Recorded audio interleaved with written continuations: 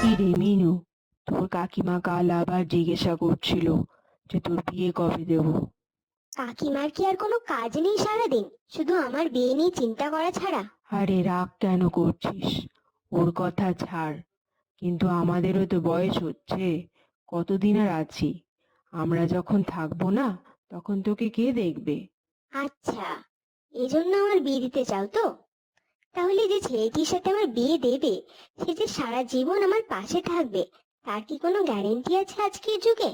আর 3 বছর পর যদি সে আমায় ছেড়ে অন্য কাউকে বিয়ে করে, তখন কি করবে?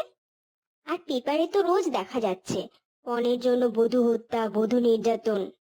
এসব দেখেও আমাকে বলি, মানে বিয়ে দিতে ইচ্ছে করবে তোমার? তোকে বলি দেবে? কার এত সাধ্য! উল্টে তো যে তোকে বিয়ে করবে তার অবস্থা ভেবেই আমার দুঃখ হচ্ছে।